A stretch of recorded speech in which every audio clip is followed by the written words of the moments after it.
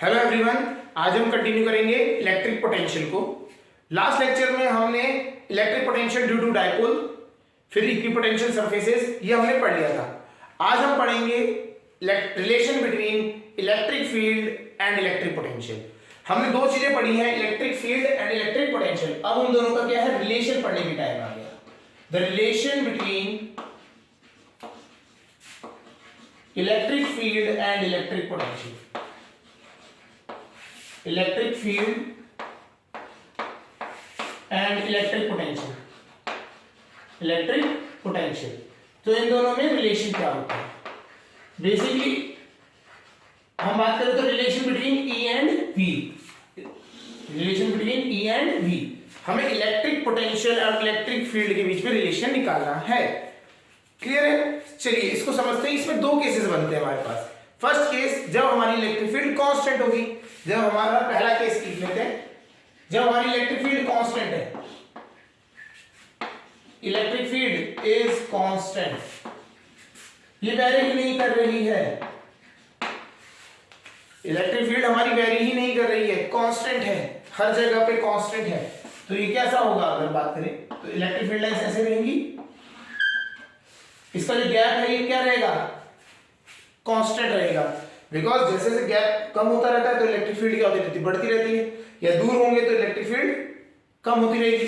तो अगर ये पैरेलल है सारी इलेक्ट्रिक फील्ड लाइंस, तो दैट मींस वहां पे इलेक्ट्रिक फील्ड क्या है? कांस्टेंट है। अगर हमारा इलेक्ट्रिक फील्ड कांस्टेंट है तो अब हमें बात करनी है what is the value of, what is the relation between electric potential and electric field. चलिए इसको करते हैं। तो इसको क्या करेंगे, हम सपोज करते हैं एक हमारा चार्ज है, यहाँ पे हमने रख दिया छोटा सा चार्ज Q, एक हमने चार्ज रखा है, Q रखा है हमने यहाँ पे चार्ज, एंड इस पे क्या होगा? इलेक्ट्रिक फील्ड की वजह से इसमें फोर्स लगा होगा, हाँ या ना? लगा है। कितना होता है इलेक्ट्रिक फील्ड की वजह से फोर्स? Q इंटू E, जो चार्ज है वो इंटू E। पॉजिटिव चार्ज है तो क्या होगा? Along the electric field direction हो जाएगी। ठीक है। और इस फोर्स लगने की वजह से ये क्या हो गया? आपका मूव कर गया डेल्टा आर, डेल्टा आर ये मूवमेंट कर गया। फोर्स, कोई भी ऑब्जेक्ट है रखा हुआ है, इलेक्ट्रिक फील्ड आ रही है, यहां से बहुत सारी इलेक्ट्रिक फील्ड लाइंस आ रही है। जैसे इलेक्ट्रिक फील्ड लाइंस आएंगी तो चार्ज को क्या करेंगे? पुश करके अपने साथ ले जाएंगी। जैसे अपने साथ लेके जाएंगी तो क्या होगा? मूवमेंट हुई, फोर्स लगा, मूवमेंट हुई, तो वर्क डन होगा नहीं होगा? होगा। तो इसको हम क्या कह सकते हैं? तो हमारा क्या हो जाएगा? Work done. अगर हम बात करें वर्क डन, वर्क डन क्या हो जाएगा? इस पॉइंट को A मान लिया, इस पॉइंट को B, तो work done in moving charge from A to B कितना हो गया work done? Work done is equal to क्या होता है? Force into displacement.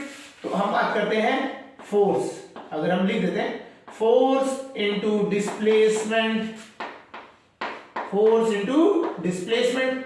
एक cos थीटा भी तो होता था यहाँ पे, cos थीटा। तो cos थीटा क्या होता है? बेसिकली एंगल होता है। कितना एंगल है? By definition work done is equal to force into d into cos theta. FD cos theta होता था, वो हमने लिख दिया। फोर्स डिस्प्लेसमेंट है, फोर्स और डिस्प्लेसमेंट वेक्टर क्वांटिटी है। cos थीटा मतलब हमें डॉट प्रोडक्ट निकालना है, या फिर इसको आप ऐसे लिख सकते हो work done is equal to dot product of force into displacement. हाँ या ना? ये तो हमने पढ़ा था, यही तो है 11th में भी पढ़ा गया था, अभी बीच में भी पढ़ा था हमने। ठीक है, याद है? याद होना चाहिए। तो force work done is equal to force into displacement का अगर हम बात करें तो डॉट प्रोडक्ट, डॉट नहीं लगाओगे तो cos थीटा लगाओगे। अब यहां पे आते हैं फॉर दिस केस। तो इस केस के लिए अगर हम बात करें तो वर्क डन क्या होता है? Work done is equal to force की वैल्यू कितनी है? Q into E, Q charge था, E इलेक्ट्रिक फील्ड हो गई, इंटू डॉट प्रोडक्ट करेंगे, D कितना है? D is the R displacement, delta R move किया हमारा, बहुत डिस्प्लेसमेंट हुआ डेल्टा R। और इसके बीच में cos थीटा कितना है? फोर्स भी इस डायरेक्शन में, डिस्प्लेसमेंट भी इस डायरेक्शन में, तो cos थीटा कितना हो गया? 0। cos theta 0। तो यहां से आ गया Q E, cos थीटा कितना होता है? 1 तो 1 है। तो W A से B तक वर्क करने के लिए हमें वर्क करा तो कितना हो गया? Q E dot R, delta R हो गया। ठीक है, चलिए इस Q को मैं क्या करता हूं? इस साइड ले आता हूं, थोड़ा सा इधर ले आते हैं। A B divided by Q, ये क्या हो जाएगा ई डॉट डी आर, हाँ है ना। ये W वर्क डन पर यूनिट चार्ज क्या होता था, ये होता क्या था, ये अभी हमने पढ़ा था इलेक्ट्रिक पोटेंशियल। अगर A से B तक गए हैं तो इलेक्ट्रिक पोटेंशियल डिफरेंस, तो ये क्या हो गया potential difference. Delta V is equal to E constant है इनटू डेल्टा R। तो change in electric potential is equal to electric field into change in distance, मतलब जो डिस्प्लेसमेंट हुआ है। क्लियर हो रहा है पॉइंट। तो अगर हमारी इलेक्ट्रिक फील्ड कांस्टेंट है तो हमारा जो वर्क, अगर हम पोटेंशियल का और इलेक्ट्रिक फील्ड का रिलेशन बात करते हैं तो it comes out to be change in potential is equal to dot product of electric field and the displacement. Dot product होता है किसका, इलेक्ट्रिक फील्ड का इनटू डिस्प्लेसमेंट, जो डिस्प्लेसमेंट हुआ है। यहां तक समझ आ गया, क्लियर है। चलिए तो इस पे हम एक बार देख लेते हैं कैसे क्वेश्चन आते हैं। इजी है, ये चीजें समझ आनी चाहिए आपको। अगर नहीं समझ आती तो आप कमेंट भी कर सकते हैं कमेंट बॉक्स में, तो आप डाउट जो रहते हैं आपके वो डाउट्स पूछ सकते हैं, उसका आंसर दिया जाएगा, ठीक है। चलिए तो वर्क डन का हमें वर्क डन का वो पता लग गया। अब वर्क डन से हमने निकाला तो change in potential is equal to E dot R delta. चलिए क्वेश्चन कैसा है, सपोज करते हैं इलेक्ट्रिक फील्ड है इस तरीके से जा रही, ठीक है। तो हमने क्या किया, एक चार्ज है आपका ए से बी, ठीक है। हमने एक चार्ज को ए से बी की तरफ लेके चले गए और ये इसका एंगल कितना है इलेक्ट्रिक फील्ड के साथ, 60 डिग्री एंगल है 60 डिग्री, क्लियर है। और ये डिस्टेंस मूव हुआ है वो है आपका 10 सेंटीमीटर, यहां तक क्लियर। इलेक्ट्रिक फील्ड की वैल्यू दे रखी है हमें 20। यूनिट क्या होती है इलेक्ट्रिक फील्ड की, फोर्स पर कूलम, तो newton per coulomb, force per charge होता है, ठीक है। ये हो गया आपका। तो find the work done in bringing a charge from A to B, A से बी तक चार्ज लेके आने का, चार्ज को मूव कराने के लिए कितना वर्क डन करना पड़ेगा। यूनिट चार्ज की हम बात करते हैं तो पोटेंशियल डिफरेंस निकालना है, ठीक है। तो हम कैसे करते हैं, सिंपल है, कर देंगे। तो work done to move a charge from unit charge from A to B, एक यूनिट चार्ज को मूव कराना है तो क्या हो गया, एक यूनिट चार्ज है तो वो क्या हो जाएगा आपका, किसी भी वर्क डन को उसके चार्ज से डिवाइड कर दो तो वर्क डन क्या आ जाएगा, work done for per unit charge आ जाएगा। वो होता क्या है, वो तो पोटेंशियल होता है, पोटेंशियल निकालना है। या फिर आपको डायरेक्ट पूछ सकता है what is the potential difference between A and B, A और बी का पोटेंशियल डिफरेंस बताना है, ठीक है जी। कर लेते हैं, कैसे निकलता है electric potential, electric field constant, तो इलेक्ट्रिक फील्ड कांस्टेंट तो E dot D R, R कहां है, आर इधर को है डेल्टा आर, ठीक है। और डॉट प्रोडक्ट है, डॉट प्रोडक्ट मींस यहां पे cos थीटा आएगा तो मैग्नीट्यूड वाइज बात करेंगे। तो चलिए लिख लेते हैं, change in potential is equal to electric field कितनी है 20, ओके, डेल्टा आर, आर कितना है 10 सेंटीमीटर, सेंटीमीटर को मीटर में कन्वर्ट करेंगे डिवाइडेड बाय 100, cos 60 भी आएगा, ठीक है। 0 से 0 कट, 0 से 0 कट, cos 60 कितना होता है, cos 60 हाफ, तो यहां से आ गया 1 वोल्ट। कितने का डिफरेंस है, 1 वोल्ट, 1 वोल्ट का डिफरेंस है। अब यहां पे आप समझते हैं, देखिए अगर मैं बोलता हूं इसका पोटेंशियल, फॉर एग्जांपल क्वेश्चन में दे रखा है इसका पोटेंशियल है 3 वोल्ट, तो what is the potential of B, B का पोटेंशियल क्या होगा, ठीक है। अब हमें ये तो समझ आ गया इन दोनों का डिफरेंस कितना है, 1 का है। कितने का डिफरेंस है, 1 का है। तो यहां पे क्या दो केस बन सकते हैं, या तो आपका 4 हो सकता है या फिर आपका 2 हो सकता है।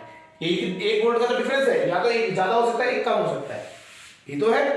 अब हम बात करेंगे जो हमने प्रॉपर्टीज ऑफ, जब हमने बात करी थी प्रॉपर्टीज ऑफ इक्विपोटेंशियल सरफेस में, जब हमने लास्ट टॉपिक डिस्कस किया था, हमने बोला था कि electric field lines moves from higher potential to lower potential. Electric field lines कहां से मूव करती है, हायर पोटेंशियल से लोअर पोटेंशियल। तो जब इलेक्ट्रिक फील्ड लाइंस इधर को मूव कर रही है तो ये वाला पोटेंशियल क्या होगा, ऑटोमेटिकली हायर हो जाएगा, हायर से लोअर की तरफ जाएगा। तो ये वाला बी पॉइंट कहाँ है, लोअर होना चाहिए, तो इसका आंसर क्या है 2 वोल्ट। 4 वोल्ट क्या हो जाएगा, गलत। समझ आ गया। तो आपको यहां से निकल के आया कि आपका जो वोल्टेज होगा एट बी कितना हो जाएगा, अगर ये 3 वोल्ट है तो यहाँ पे कितना होगा 2 वोल्ट। समझ आया होगा। चलिए एक और क्वेश्चन करते हैं।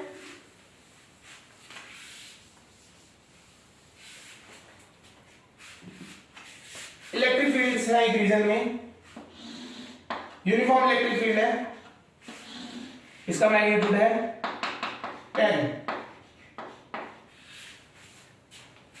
10 आपका इलेक्ट्रिक फील्ड है, ठीक है, मैग्नीट्यूड वाइज 10।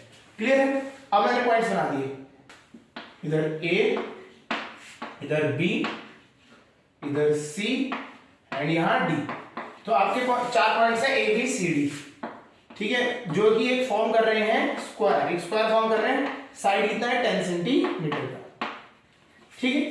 तो हमने क्या किया, क्वेश्चन इस तरह से बना लेते हैं, ए हमारा वी ए दे रखा है, V A is equal to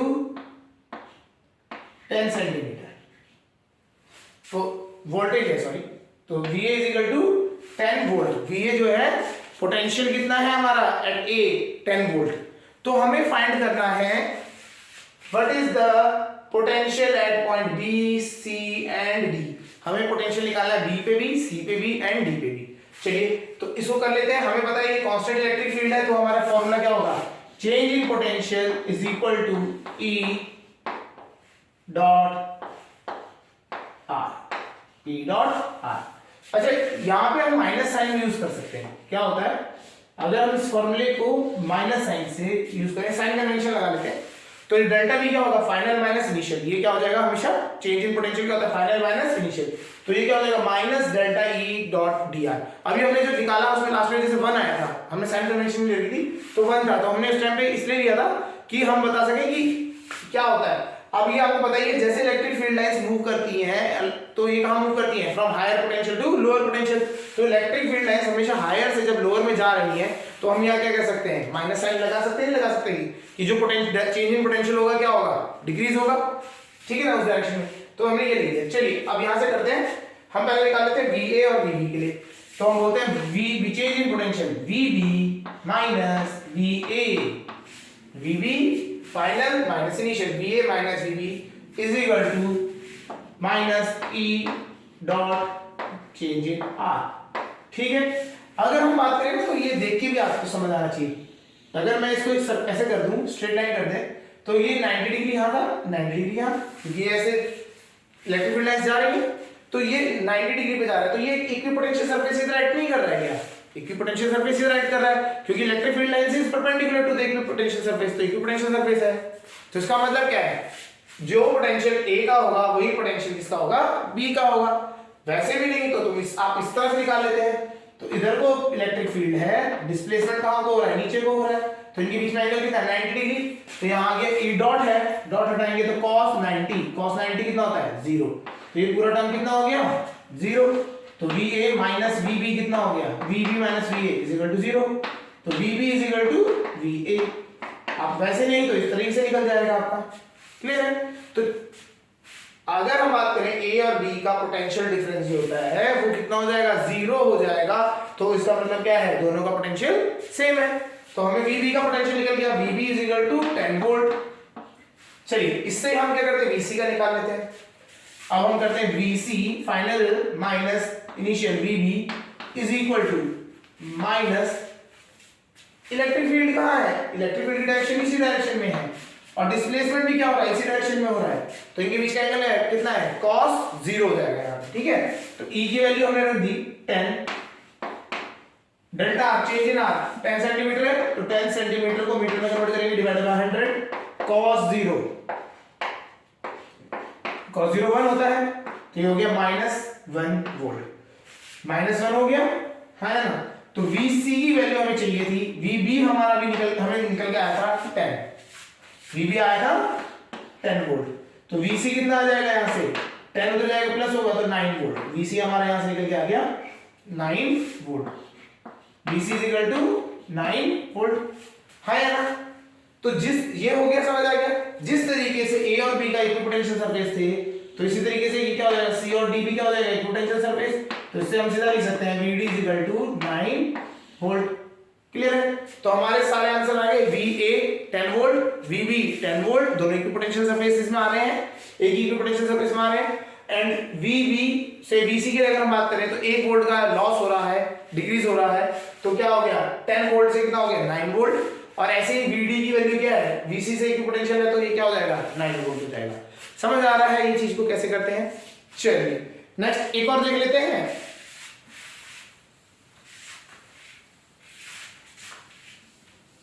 आपको इसमें बस एंगल का ध्यान रखना है, cos थीटा कितना एंगल चल रहा है आपका, उसके अकॉर्डिंग आपको करना है।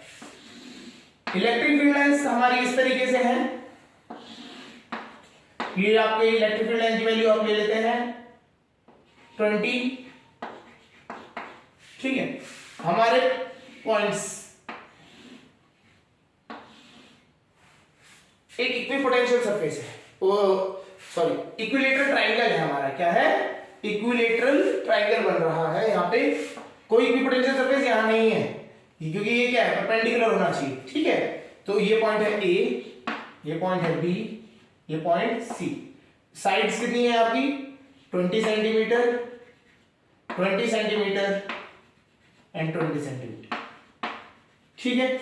सिमिलर क्वेश्चन हम लास्ट वाले की तरह लेते हैं। हमने हम बोल देते हैं इस बार VC निकाल, VC दे रखा है VC is equal to 5 volt, VC is equal to 5 volt, 5 volt दे रखा है। Find the potential at A and B, A and B का पोटेंशियल निकालना है इस बार हमारे को VC दे रखा है, VA और B भी निकालना है, ठीक है।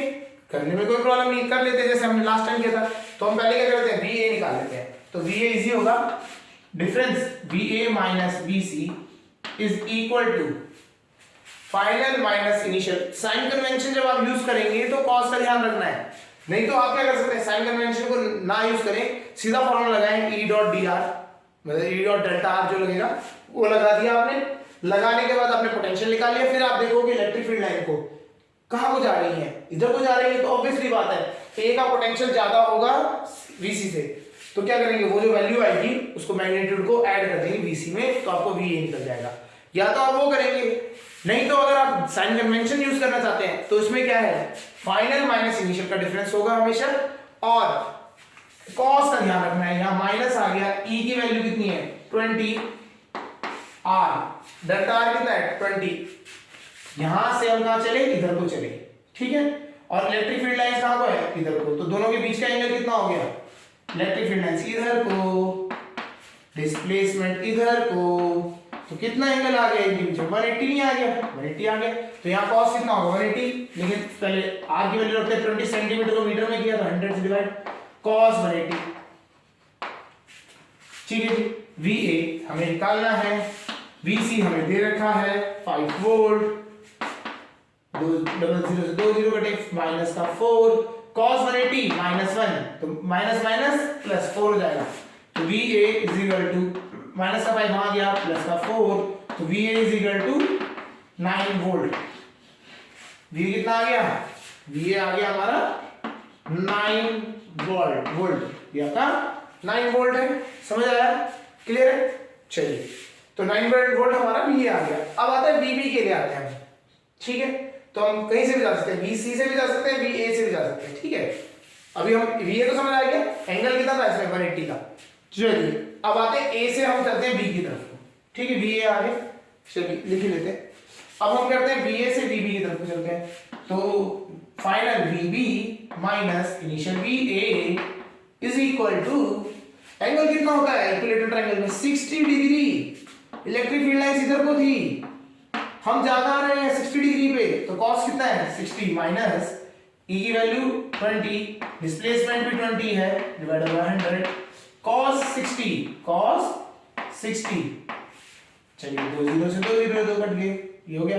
VB हमें निकालना है, VA हमें निकल के आया अभी 9, ये माइनस का हो गया 4, cos 60 हाफ, तो ये टर्म कैंसिल हुआ, 2 हो गया माइनस का 2, 9 उधर गया, तो VB is equal to 9 minus 2 7 volt. VB minus VB कितना आ जाएगा, यहाँ पे आ गया VB 7 वोल्ट, क्लियर है? 9 वोल्ट, 7 वोल्ट, 5 वोल्ट। आप यहां देख सकते हैं इलेक्ट्रिक फील्ड लाइन जैसे जैसे मूव कर रही है तो ये हायर से लोअर की तरफ मूव कर रही है। कोई डाउट इसमें होना नहीं चाहिए, सिंपल है। अगर आप देख रहे हैं इलेक्ट्रिक फील्ड लाइंस को ध्यान रखना है, जो delta we change in potential वो क्या होगा, फाइनल माइनस इनिशियल।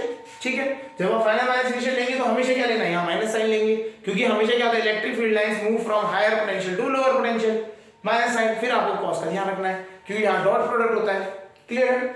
चलिए, तो हमारे को समझ आ गया इलेक्ट्रिक फील्ड लाइंस जब कांस्टेंट होती हैं, या इलेक्ट्रिक फील्ड लाइन का मैग्नीट्यूड जो होता है, इलेक्ट्रिक फील्ड इंटेंसिटी कांस्टेंट होती है, तब आपको किस तरीके से सॉल्व करना है, रिलेशन निकालना है डेल्टा वी, या फिर आप कह सकते हो पोटेंशियल निकालना है। क्लियर? चलिए, केस 2 आता है जब हमारा इलेक्ट्रिक फील्ड लाइंस जो है वो पैरेलल ना होके वेरिएबल हो, मतलब मूव करती हुई दिखाई दे। जैसे एक इलेक्ट्रिक फील्ड लाइन ये है, दूसरी इलेक्ट्रिक फील्ड लाइन ऐसे चल रही है, तीसरी वाली कुछ ऐसे हो गई।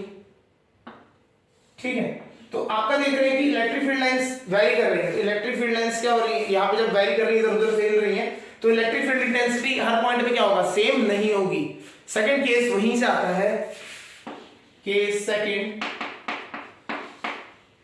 यहां पे हम बात करेंगे जब electric field lines when electric field lines are the function of R। हम यहां पे कौन से पढ़ेंगे, electric field line are the function of R। R means displacement, R is the displacement, जो चार्ज है यहां से उठा के हम इधर लेके आए तो R। अब हम बोल रहे हैं कि ये जो आपका चार्ज है वो क्या कर रहा है, R के साथ वेरी कर रहा है। अब वेरी कर रहा है तब हम कैसे करेंगे। ठीक है, केस 2 हमारा आता है जब when electric field lines varies with R, जिसे हम वेरिएबल कहते हैं। ठीक है, आर के साथ ये वेरी कर रहा है, तो उसको कैसे सॉल्व करेंगे। अब देखते हैं कोई ऐसा है कि जिसमें ये वेरी करता है रियल लाइफ में, अगर हम बात करते हैं तो कैसे वेरी करेगा। देखिए, अगर हम बात करें फॉर अ पॉइंट चार्ज, अगर हम बात करते हैं for a point charge, example लेके चलते हैं, पॉइंट चार्ज इलेक्ट्रिक फील्ड की वैल्यू क्या होती है, E is equal to 1/4 pi epsilon naught, centre पे चार्ज होता है Q अपॉन R स्क्वायर। तो आप यहां देख सकते हैं जो इलेक्ट्रिक फील्ड लाइन है, मतलब आपकी इलेक्ट्रिक फील्ड इंटेंसिटी है, इट वेरीज विद R के साथ वेरी कर रही नहीं कर रही है। अगर हम बात करें 1/4 पाई एप्सिलॉन नॉट तो कांस्टेंट है, ये भी लिख सकते हैं, Q चार्ज है जो चार्ज फिक्स होगा, R इज द डिस्टेंस, तो डिस्टेंस क्या होगा, जैसे जैसे डिस्टेंस वेरी करेगा, जैसे जैसे डिस्टेंस बढ़ता चल जाएगा, तो आपकी जो इलेक्ट्रिक फील्ड की इंटेंसिटी की वैल्यू है वो चेंज होगी। तो यहां पे हम कह सकते हैं ना इलेक्ट्रिक फील्ड क्या है, is a function of R is the distance. Clear है? तो ऐसे केसेस में, जब ऐसे केसेस आएंगे तब हमारे को इलेक्ट्रिक फील्ड लाइंस कैसे निकालनी है, तब हम क्या कहते हैं समझते हैं। तो हम तब हमारे केसेस कैसे करते हैं, सॉल्व करते हैं। देन केस 2 में हमारा क्या होता था, पहले अगर हम बात करें 1 केस 1 में डेल्टा भी हम क्या लिखते थे, माइनस ई डेल्टा आर लिखते थे। लेकिन यहाँ पे क्या है, जो हमारा इलेक्ट्रिक फील्ड है वो नॉन यूनिफॉर्म है, मतलब वो वेव चेंज कर रहा है आर के साथ। ठीक है, तो हम क्या करते हैं, तब हम ये डेल्टा ना लिख के हम डी लिख देते हैं, D is equal to E dot D R. तो आपका फॉर्मूला क्या यूज होगा, आपका यहाँ पर फॉर्मूला यूज होगा v is equal to minus E dot D R. Clear है? यहां तक ये हमारा यूज होगा। इसको हम क्या करेंगे, फिर इंटीग्रेटिंग बोथ साइड कर देंगे, इंटीग्रेटिंग बोथ साइड करने के बाद क्या होगा, यहाँ पे dv हो जाएगा, ये minus integration of e dot dr। dv का इंटीग्रेशन क्या हो जाएगा, लिमिट्स हो जाएंगी, यहाँ पे जो भी हमारे को लिमिट्स दी जाएंगी r1 से r2, और v हो जाएगा 0। हमारा जो हम चेंज इन अगर हमें निकालना है तो हम इसी तरह लिख देंगे इसको delta v। Potential change in potential कितना हो जाएगा, potential change is equal to minus integration of E dot D R. आपको इस तरह से आएगा, समझ के रखना है। ठीक है, लिमिट्स के साथ हमें ये करना है, या तो आप लिमिट्स के साथ रख सकते हैं या ये यूज कर सकते हैं। क्लियर है? तो अगर हमारा जब भी नॉन यूनिफॉर्म केस होगा, केस 2 हम जो बोल रहे हैं, या फिर आपका जो इलेक्ट्रिक फील्ड है वो वेरी कर रहा है कंटिन्यूअसली विद आर, तो आपको क्या फॉर्मूला यूज करना पड़ेगा, v is equal to minus integration of E dot D R. E dot D R dot product है इनका, ठीक है, कॉस थीटा चलता है। ठीक है, यहां तक समझ आ गया? चलिए, तो हमें समझ आया जब यूनिफॉर्म होगी इलेक्ट्रिक फील्ड लाइंस तब तो हमें सिंपल डेल्टा कर देना है, ई को वही रखना है, आर की चेंज इन आर मल्टीप्लाई कर देना है, ई से तो हमें चेंज इन पोटेंशियल निकल जाएगा। अगर हमारा नॉन यूनिफॉर्म है तब हमें इंटीग्रेशन का फॉर्म यूज करना पड़ेगा। क्लियर? चलिए अब हम बात करते हैं इन 3D अगर हो जाए, अगर हम बात करते हैं इन 3D की केस में, in case of 3D, case of 3D की अगर हम बात करें, 3D में देखें तो कैसे होगा। ठीक है, जो हमारा फॉर्मूला होता था वो लिख देते हैं, dv इज इक्वल टू क्या होता है minus E dot D R, ये तो होता था, अभी हमने लिखा। चलिए इससे निकाले थे change in potential is equal to E dot D R. तो हम क्या कहते हैं 3D, ई की वैल्यू कितनी हो जाएगी, ई एक्स आई कैप, ई वाई जे कैप और ई जेड के कैप। याद है ये कहीं पढ़ा था 11th में हमने वेक्टर्स में, याद होगा, याद करो नहीं तो, है ना। चलिए, और ये आर क्या हुआ करता था उस टाइम पे, आर क्या हुआ करता था, एक्स आई कैप पोजीशन वेक्टर। अगर हम बात करें तो it was position vector. 11th में फिजिक्स के स्टार्टिंग बेसिक्स में ये बताया जाता है कि आपको वेक्टर जब करने होते हैं 3D में किस तरह से रहता है। तो पोजीशन वेक्टर है, यहाँ पे हमें r नहीं यूज करना है, हमें dr यूज करना है। तो डिफरेंशिएटिंग दिस इक्वेशन, पूरी को डिफरेंशिएट कर दो, dr कितना हो जाएगा, dx i cap plus dy j cap plus dz k cap. हो गया, नहीं हो गया, ये हो गया।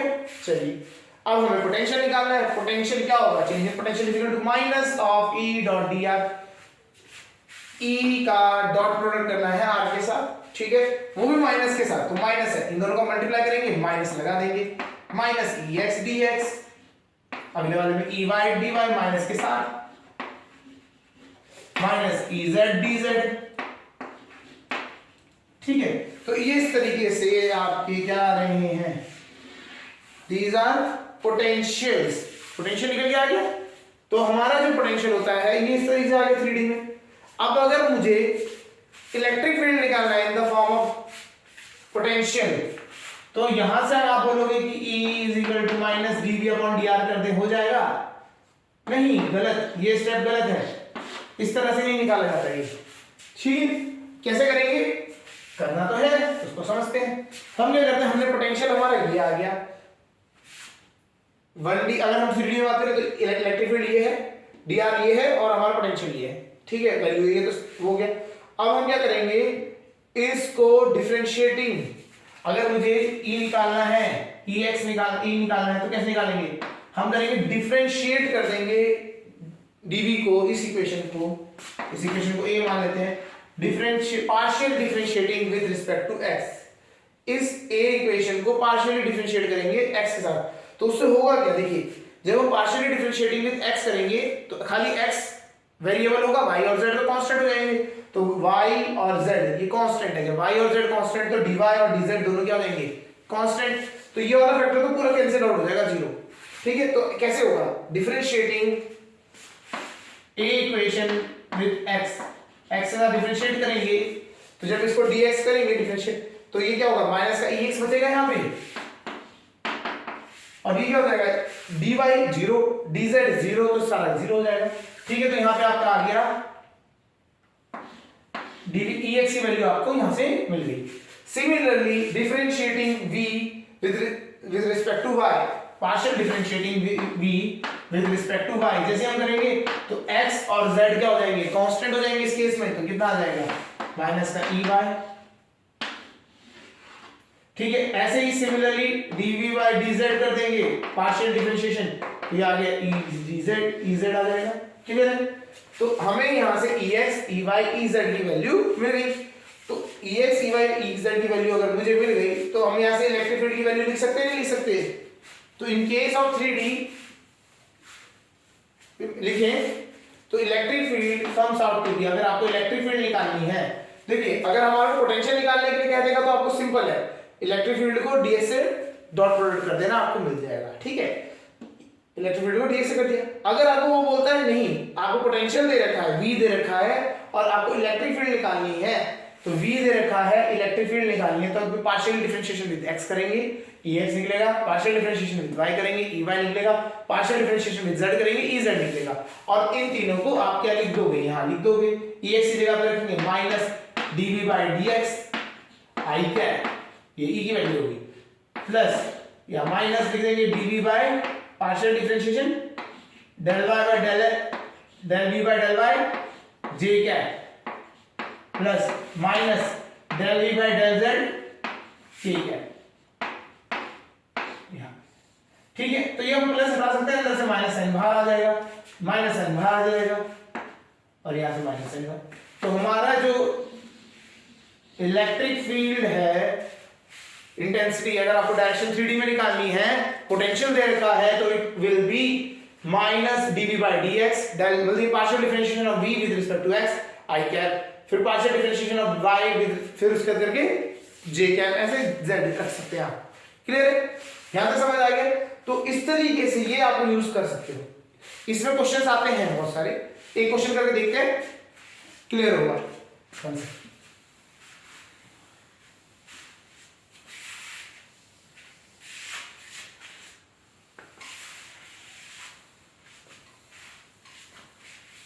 चलिए क्वेश्चन करते हैं।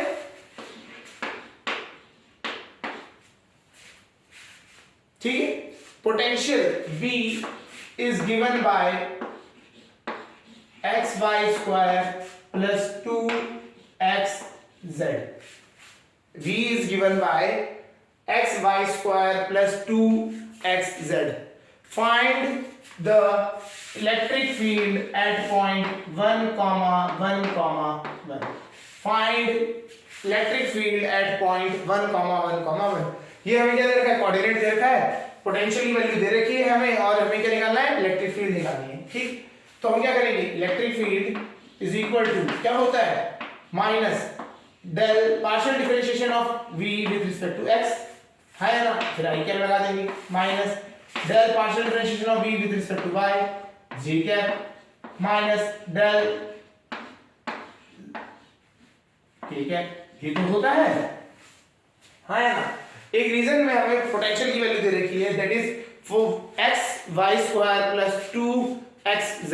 ठीक है, ये आपको दे रखी है वैल्यू। अब आपको निकालना है what is the value of electric field at a point, जो हमें पॉइंट दे रखा है। चलिए निकाल लेते हैं, कैसे करेंगे।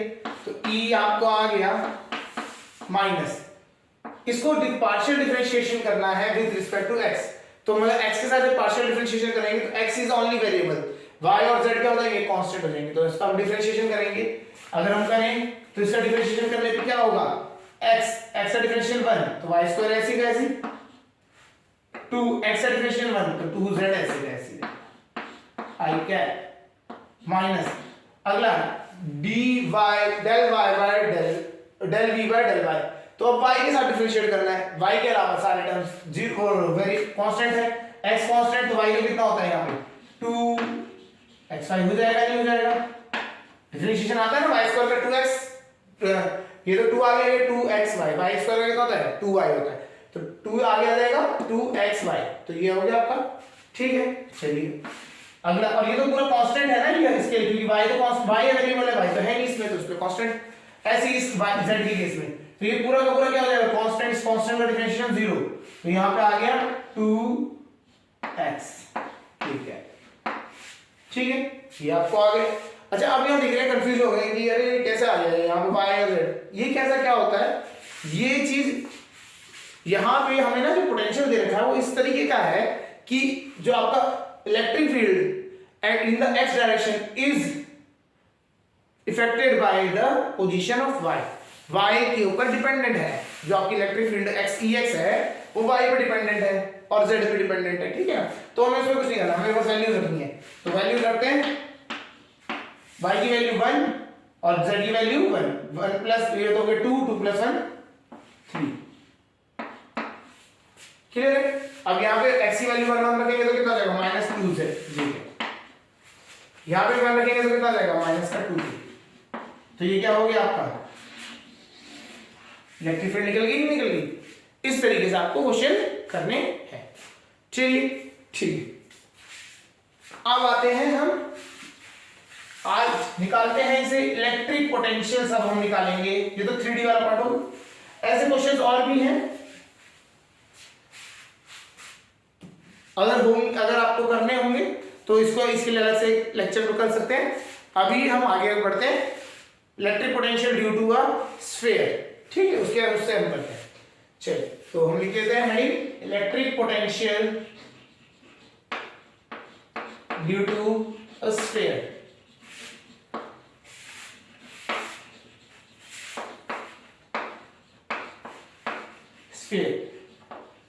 लास्ट टाइम जैसे हमने इलेक्ट्रिक फील्ड के लिए बात करी थी, तो देयर आर 4 केसेस, 4 केस बनते हैं।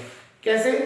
एक तो पहली चीज आती है आपकी स्फीयर की, अगर हम कैटेगरी डिफाइन करते हैं, चलिए यहीं पे दिखा देते हैं। एक तो हो गया आपका हॉलो स्फीयर, पहली चीज आती है हॉलो स्फीयर। दूसरा आता है सॉलिड स्फीयर। या तो आपका स्फीयर कैसा होगा, हॉलो होगा, अंदर से शेल की तरह होगा, या हॉलो कहते हैं, या फिर इसे कहते हैं स्फेरिकल शेल, या फिर वो पूरा का पूरा सॉलिड होगा, ठीक है। अब इसमें भी 2 केस आते हैं, कंडक्टिंग एंड नॉन कंडक्टिंग। इसी तरीके से सॉलिड में भी 2 केस आ जाते हैं, कंडक्टिंग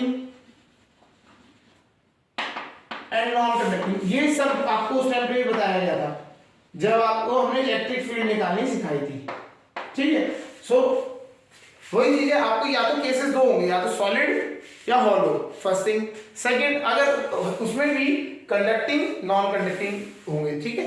कंडक्टिंग में और नॉन कंडक्टिंग में डिफरेंस क्या होता है? कंडक्टिंग में जो चार्ज होता है हमेशा आउटर सरफेस पे आ जाता है, ठीक है, और नॉन कंडक्टिंग में आउटर सरफेस पे नहीं आता। क्लियर है? अब हॉलो स्फीयर में क्या होता है, जब शेली है तो इसमें जो चार्ज होगा हमेशा कहां रहेगा, सरफेस पे रहेगा। तो दिस एंड दिस, ये तीनों के तीनों केसेस के लिए जो रिजल्ट्स होते हैं वो क्या होते हैं, सेम होते हैं। ये तीनों के रिजल्ट्स सेम होते हैं, तभी हमने इन सबका एक मिला के एक ही डेरिवेशन किया गया था, ठीक है। और नॉन कंडक्टिंग में क्या होता है, चार्ज सॉलिड है और नॉन कंडक्टिंग, सॉलिड मतलब बीच में गैप हो, और नॉन कंडक्टिंग है तो इसके बीच में चार्ज स्टोर होगा, उस टाइम पे सरफेस में भी होगा और बीच में भी होगा। तो ऐसे केस में ये अलग का केस बन जाता है। इन तीनों में क्या है, सारा का सारा चार्ज आपको हमेशा सरफेस में मिलेगा, तो तीनों के रिजल्ट्स क्या रहेंगे, सेम रहेंगे। समझ आ गया? चलिए अब हम इसको डेराइव करते हैं। पहले हम करते हैं इन तीनों को एक साथ कर लेते हैं, इन तीनों को सॉल्व करते हैं एक साथ।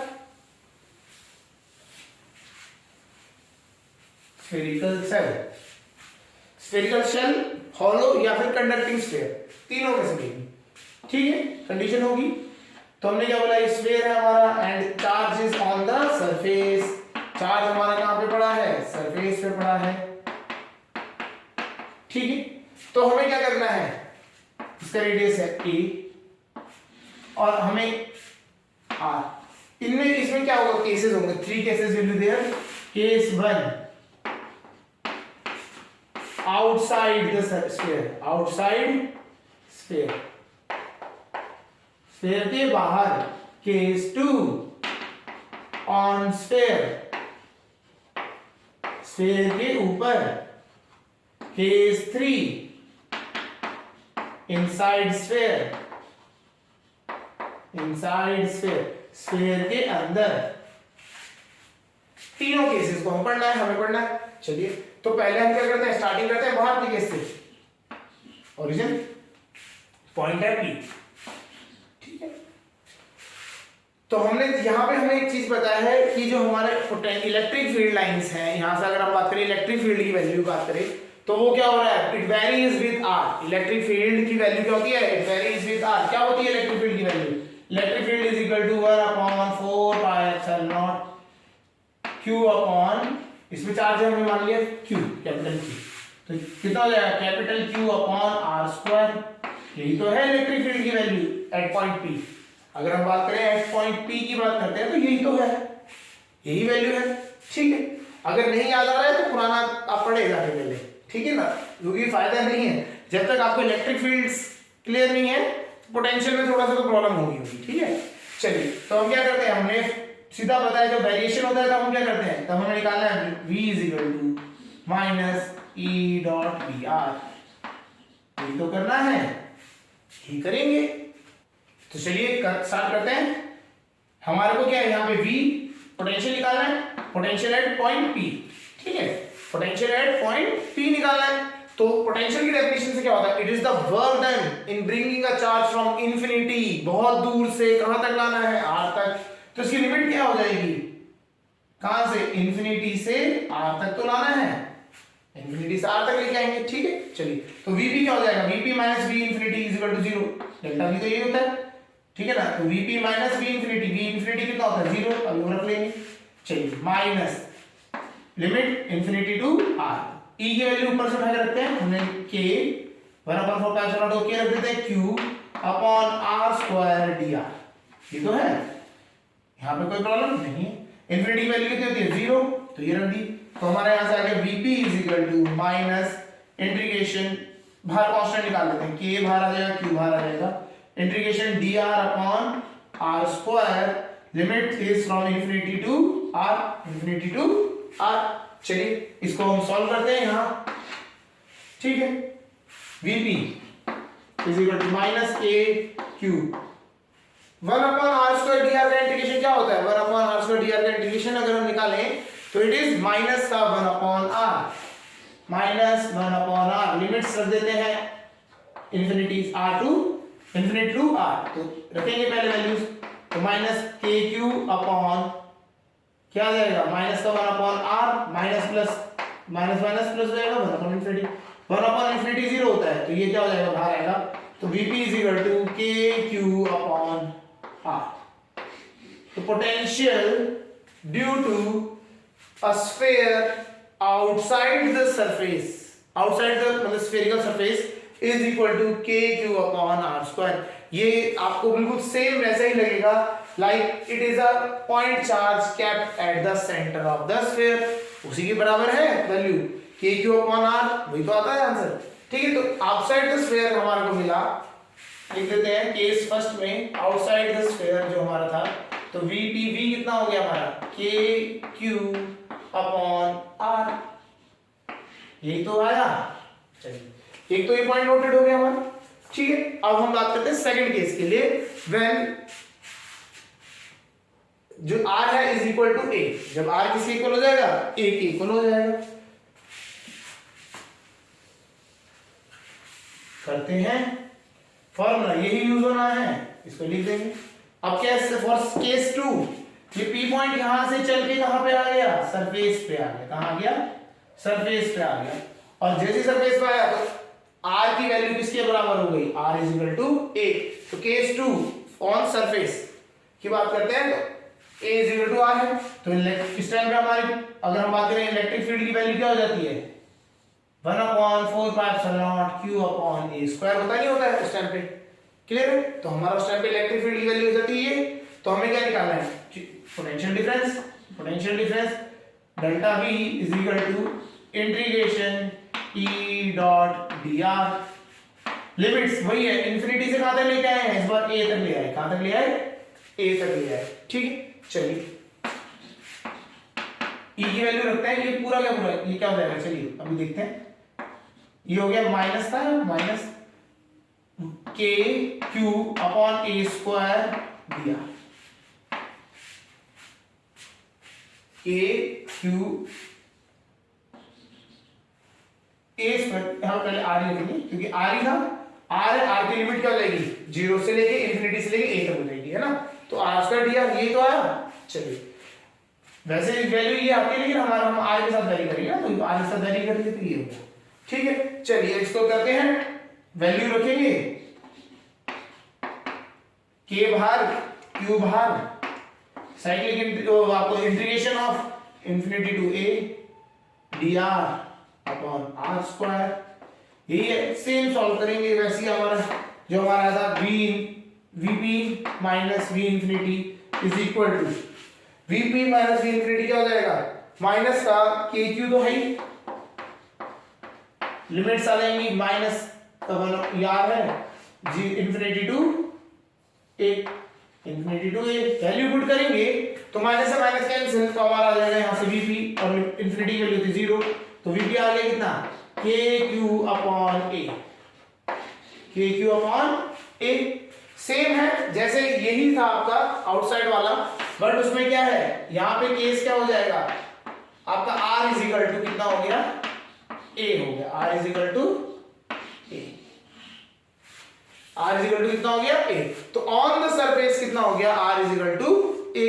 क्लियर है पॉइंट, यहां तक समझ आ गया। चलिए अब आते हैं नेक्स्ट थर्ड केस में, इनसाइड द स्फीयर। तो आउटसाइड द और सरफेस, ये दोनों केस हैं, इनके वैल्यू रिजल्ट सेम ही आते हैं, एक ही तरीके से आते हैं, ठीक है। यहां पे अब आ जाते हैं केस थर्ड के लिए, inside the sphere. Inside the sphere, तो ये हमारा पॉइंट कहां चले गया, ये पॉइंट यहां से चल के इधर आ गया, यहां तक आ गया। तो अब हमारा क्या है, R is less than A, ठीक। और अंदर हमें पता है इलेक्ट्रिक फील्ड की वैल्यू कितनी होती है 0। गॉसियन लॉ, गॉसियन सरफेस लगाएंगे गॉस लॉ बना के, तो उसमें Q इनसाइड कितना है 0 है, तो इलेक्ट्रिक फील्ड कितनी हो जाएगी 0। तो इलेक्ट्रिक फील्ड इनसाइड कितना हो गया 0 हो गया। तो पोटेंशियल का फॉर्मूला लगाएंगे, delta V is equal to minus E dot dr, यही तो होता है लिमिट इन्फिनिटी से इन्फिनिटी से आ तक की, ठीक। तो यहां पे अब डेल्टा V लगा दिया, E की वैल्यू है 0, E की वैल्यू 0 होते इसका मतलब ये नहीं है कि इस पूरे को 0 कर दिया, delta V is equal to 0। यहां पे कुछ खतरनाक लोग होते हैं, वो E को 0 रखा तो ये पूरे को 0 रख दिया, तो ये नहीं होता, it is not like that. यहां पे क्या E is equal to 0, E dot 0 dot dr। तो अगर हम बात करते हैं किसी भी अगर हम बात करें तो इन्फिनिटी टू R, ठीक है।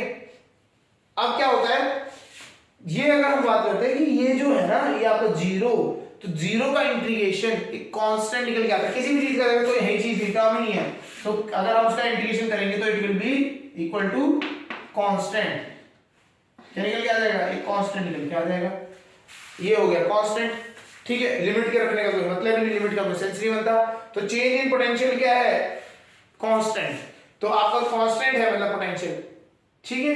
तो हम क्या करते हैं, हम इसको क्या कर देते हैं, हमारा ये इसके अंदर पूरे के अंदर अगर आप समझो तो इसके अंदर जो भी आपका चेंज है पोटेंशियल में कितना है, कांस्टेंट है, मतलब आपका अंदर का जो इलेक्ट्रिक फील्ड, जितना भी इलेक्ट्रिक फील्ड का इफेक्ट 0 है अंदर का। लेकिन इससे बाहर की अगर बात करें, ठीक है, तो बाहर में यहां तक तो सरफेस तक तो पोटेंशियल की कुछ वैल्यू थी, इसके अंदर तो क्या है, पूरा का पूरा जो इलेक्ट्रिक फील्ड है वो 0 है, तो पूरे में क्या है, पोटेंशियल की वैल्यू क्या है, कांस्टेंट। तो हम यहां पे बात करें V इंफिनिटी, डेल्टा V क्या होता है, Vp माइनस V इंफिनिटी हो जाएगा, तो हमारा Vp है ये, Vp माइनस V इंफिनिटी, तो Vp हमारा आ गया कांस्टेंट। तो अंदर क्या है, अंदर पूरे में पोटेंशियल क्या है, कांस्टेंट। यहां तक समझ आ गया। अब आती है बात इस कांस्टेंट की वैल्यू पे आते हैं, तो इसके अंदर पूरी की पूरी वैल्यू कांस्टेंट है, लेकिन सरफेस में वैल्यू क्या है, it is KQ upon A, KQ upon A। तो इससे बिल्कुल थोड़ा सा अंदर भी करेंगे तो कितना पोटेंशियल होगा, that will be KQ upon A। तो इसका ये क्या हम रहता है, इसके अंदर जो वैल्यू है कांस्टेंट की, it is equal to the potential on the surface. ये किसकी इक्वल होती है, पोटेंशियल ऑन द सरफेस के इक्वल ही होती है। तो आपको ये समझ आ गया, जो डेल्टा V है वो क्या होगा, Vp minus V infinity, V infinity value 0, तो Vp लिख सकते हैं, E की वैल्यू 0 रखी तो ये हो गया कांस्टेंट, यहां से इसकी इंटीग्रेशन करने पे कांस्टेंट आया। तो अंदर हमारे स्फीयर के अंदर पूरे स्फीयर में जो इलेक्ट्रिक पोटेंशियल है वो कितना हो जाता है, कांस्टेंट रहता है, ठीक है। तो इलेक्ट्रिक पोटेंशियल जब कांस्टेंट रहेगा तो हम इसको हमने अगर कंपेयर करेंगे ऑन द बाउंड्री कंडीशन पे, तो क्या होगा, it will come out to be the potential of the surface, जो सरफेस पे पोटेंशियल था उतना आ जाता है। तो Vp की वैल्यू आ गई KQ अपॉन A। तो यहां से समझ आया, तो हमारा केस थर्ड में भी जो वैल्यू बनती है, it is equal to V is equal to KQ upon A। याद रखना है, अंदर हमारे स्फीयर के अंदर एक आप कंडक्टिंग स्फीयर हो या हॉलो स्फीयर हो, उसके अंदर इलेक्ट्रिक फील्ड तो 0 होती है, लेकिन electric potential is not equal to 0, it is equal to the electric potential present on the surface. जो सरफेस पे है उतना ही अंदर पोटेंशियल होगा। क्लियर हो गया नहीं हो गया? चलिए तो आपको ये तीनों केस मिल गए। इन तीनों केसेस से प्लॉटिंग करते हैं ग्राफ की, ग्राफ प्लॉट करके देखते हैं इसमें कैसे क्या बनता है, क्या आता है आपका रिजल्ट। ठीक है चलिए, तो हमारे यहाँ पे क्या है, जैसे हमने इलेक्ट्रिक फील्ड और पोटेंशियल वो डिस्टेंस का बनाया था ग्राफ, इसी तरीके से इलेक्ट्रिक पोटेंशियल एंड रेडियस का ग्राफ बनेगा। ठीक है तो स्टार्ट करते हैं। यहाँ पे हमारा a is the radius of the sphere, तो 0 से लेके a तक इनसाइड, ये जो केस है इनसाइड द स्फीयर, इसमें जो पोटेंशियल की वैल्यू है ये क्या रहती है, कांस्टेंट रहेगी। कितनी, जो सरफेस पे है उतनी ही रहेगी, ये है kq/a, और after that it varies by 1/a, 1/r के फैक्टर से ये क्या करता है, रिड्यूस होती रहती है। तो इस तरीके से आपका ग्राफ बनता है। ठीक है, तो फॉर कंडक्टिंग और हॉलो स्फीयर, तो आपके जो केसेस बनते हैं आउटसाइड के लिए kq/r, on the surface kq/a, inside the surface kq/a, ये पोटेंशियल के आपके केसेस बनते हैं। ठीक है चलिए, अब नेक्स्ट करते हैं फॉर सॉलिड स्फीयर। अब हम क्या करेंगे, फॉर सॉलिड स्फीयर के लिए बात करेंगे, उसमें भी केसेस तीनों सेम रहेंगे। तो सॉलिड स्फीयर, ये स्फीयर है, इसमें सॉलिड है, तो ये अंदर भर गया चार्ज,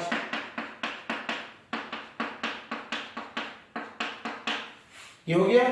ठीक है, case 1 when point is outside the sphere, case 1 के लिए हम बात करें तो इलेक्ट्रिक फील्ड वहां पे क्या निकल के आती थी, बिल्कुल सेम डेरिवेशन है जैसा अभी हमने हॉलो के लिए किया। तो इलेक्ट्रिक फील्ड वाज kq/, ये टोटल चार्ज इसमें q है, अपॉन r², ये तो था। तो इलेक्ट्रिक पोटेंशियल क्या हो जाएगा, change in potential is equal to integration of E dot dr। E की अब ये चेंज है किसके, लिमिट कहां से कहां तक है, इंफिनिटी से r तक, इंफिनिटी से r तक। रेडियस इसका a है, रेडियस इसका a है, तो इंफिनिटी से r तक के लिए बात करेंगे। तो इंफिनिटी से r तक के लिए ये डेल्टा है, तो ये क्या हो गया, vp माइनस E की वैल्यू रख देते हैं, kq कांस्टेंट बाहर, kq है तो ये कांस्टेंट आ जाएगा पूरा बाहर, इंटीग्रेशन dr/r² हो जाएगा। इसको सॉल्व करेंगे, लिमिट है आपकी इंफिनिटी से r, इंफिनिटी v इंफिनिटी तो होता है 0, तो dp आ गया, माइनस kq, इसका इंटीग्रेशन होता है 1/r माइनस का, लिमिट से इंफिनिटी से r। अब जैसे इसको पुट करेंगे तो आपको vp निकल के आ गया, माइनस का plus kq/r। Same case, same तरीका है इसको सॉल्व करने का, जिस तरीके से क्या किया गया था आपका पहले वाले केस जो हमने पहला पढ़ा था हॉलो स्फीयर, उसके लिए। तो केस 1 का इसका रिजल्ट भी आया, कितना आया, v kq/r, kq/r। Case second, ये p पॉइंट घूम के यहां तक आ जाएगा a तक, तो बिल्कुल सेम रहेगा, तो हम डायरेक्ट लिख सकते हैं इस बार kq/a। फॉर्मूला डेराइव करना है तो आप कर लीजिए, यही सेम रहेगी, लिमिट क्या हो जाएगी, इंफिनिटी टू a। तो जैसे हम a की वैल्यू रखेंगे तो याद रखना kq/a। सेम तरीका है, वापस एक बार आप देख लीजिएगा हॉलो वाले का केस, बिल्कुल आउटसाइड और ऑन द सरफेस तो वैल्यू भी सेम आती है। ठीक है क्लियर। अब आता है केस इनसाइड द स्फीयर। ठीक है, inside the sphere, case 3 inside the sphere. यहां पे आज हम करेंगे चालाकी वाला तरीका।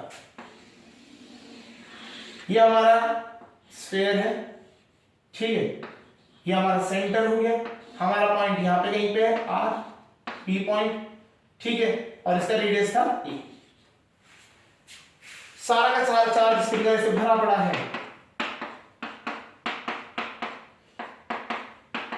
ठीक है। अच्छा, अब यहां पे आपको इलेक्ट्रिक फील्ड, फिर से p पॉइंट पे आपको इलेक्ट्रिक फील्ड क्या होती है, याद है कि भूल गए, इसे याद करना है। इसकी वैल्यू होती है k q r, r is the small r, upon a q।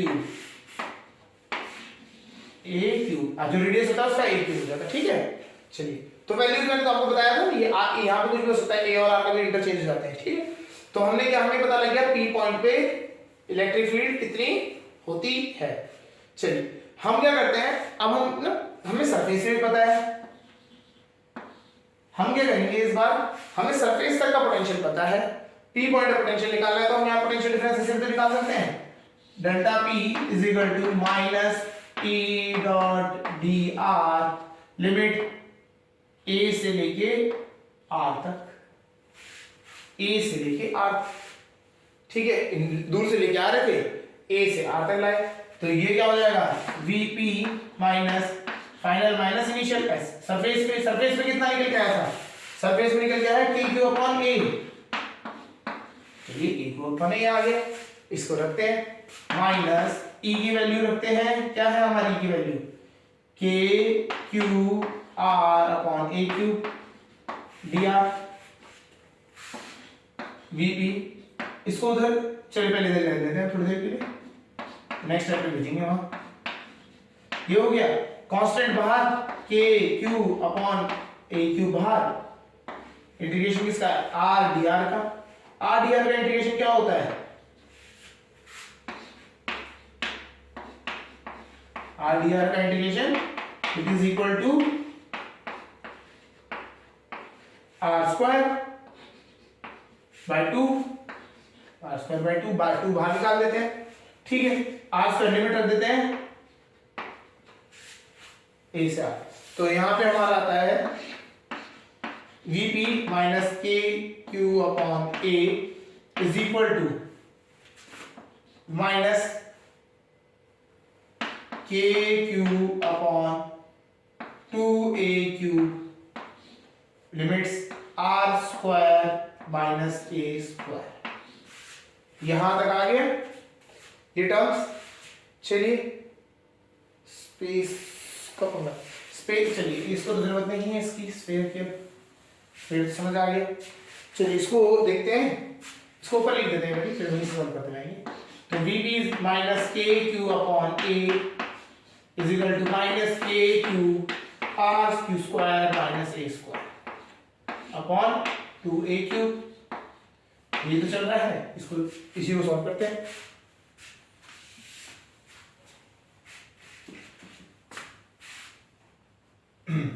अब ए क्यू को क्या करते हैं, इनके साथ यहां इसको ए के नीचे ले जाते हैं, तो ये भी इधर मूव कराएंगे, K Q upon A minus, ये माइनस के लिए K Q upon R square upon 2a cube minus minus plus K Q R A square से कटेगा तो 2a, ये दोनों ऐड होंगी तो it will be K Q 1/8 plus 2/8, तो ये हो जाएगा 3/2a।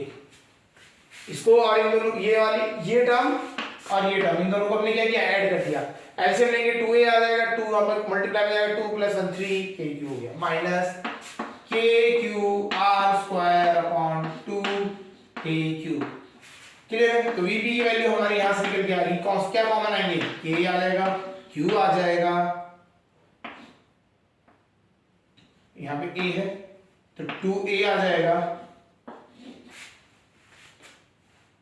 तो इट इज, इसमें क्या बचा आपका 3 माइनस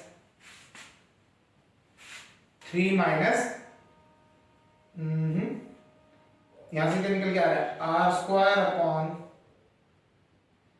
ए स्क्वायर। सो ये रिजल्ट आता है आपका पोटेंशियल एट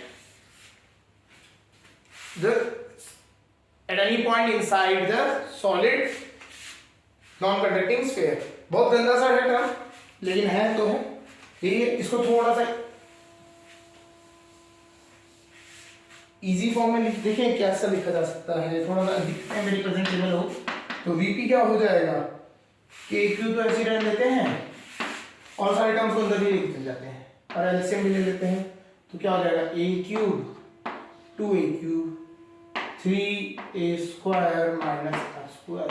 तो या तो आप इस तरह से ये याद कर लीजिए, वो याद कर लीजिए, दोनों में से कोई भी याद कर लीजिए, इसको इस तरह से लिख सकते हैं या फिर वो लिख सकते हैं, ठीक है। इसका बहुत गंदा सा रिजल्ट है लेकिन ये भी है, करना ही पड़ता है। चलिए, तो आज हमने ये समझ लिया कि हमारे को इलेक्ट्रिक फील्ड से साथ कैसे रिलेटेड होती है इलेक्ट्रिक पोटेंशियल, पहली चीज। सेकंड, फिर हमने इलेक्ट्रिक पोटेंशियल भी निकाले किसके, आपके स्फीयर्स के, नॉन कंडक्टिंग एंड कंडक्टिंग दोनों के लिए। तो ये आपके रिजल्ट्स आ गए। अच्छा, इसका भी हमने प्लॉट, जो हम प्लॉट था वो देख लेते हैं, प्लॉट कर लेते हैं इसका। ये आपका पोटेंशियल है और ये आपका रेडियस, डिस्टेंस मतलब ये रेडियस हो गया आपका ए, क्लियर है। यहां पे आप देखेंगे एट ए ये क्या होता है, इसकी वैल्यू होती है के क्यू अपॉन ए, के क्यू अपॉन ए, और इसके बाद वाला तो क्या है, it is continuously decreasing, clear है। अब यहां पे आते हैं, देखिए यहां देखते हैं वैल्यूज, तो इसकी वैल्यू अगर हम बात करें तो के तो कांस्टेंट है, क्यू कांस्टेंट है, ए कांस्टेंट है हमारा, ए क्यू भी कांस्टेंट है। तो अगर हम बात करें तो ये क्या हो रहा है, कंटिन्यू, ये आर की वैल्यू, अगर यहाँ पे हम आर की जगह पे 0 डाल दें, आर की वैल्यू क्या डाल दें, 0 डाल दें, तो ये क्या वैल्यू आएगी, के क्यू तो 3a² अपॉन 2a³, हाँ या ना। तो आर की वैल्यू 0 जैसे डालेंगे हम, तो यहां से हमारा आ जाएगा, ये कैंसिल आउट होगा, तो इट विल बी 3/2 kqa। क्या हुआ, 3/2 हो गया। 3/2 होने का मतलब क्या है, इट इज मोर, इससे क्या है, यहां पे है ये 1 है, इससे भी ऊपर है, ये यहां से ज्यादा है, ये यहां से डिक्रीज करता है इस तरीके से। तो यहां से ये डिक्रीज करते हुए आया यहां तक एट पॉइंट ए, के क्यू अपॉन ए, और इसके लिए इस तरह से डिक्रीज करता है। तो यहां पे मैक्सिमम वैल्यू कितनी है, 3/2 के क्यू अपॉन ए, ठीक है। चलिए, तो इस तरीके से हमारा electric potential due to solid sphere complete हो गया है। अब हमारे कुछ टॉपिक्स बचे हैं, electric potential due to thin sheet, electric potential due to linear charge and electric potential due to concentric spheres. तो ये हम पढ़ेंगे नेक्स्ट लेक्चर में। ओके।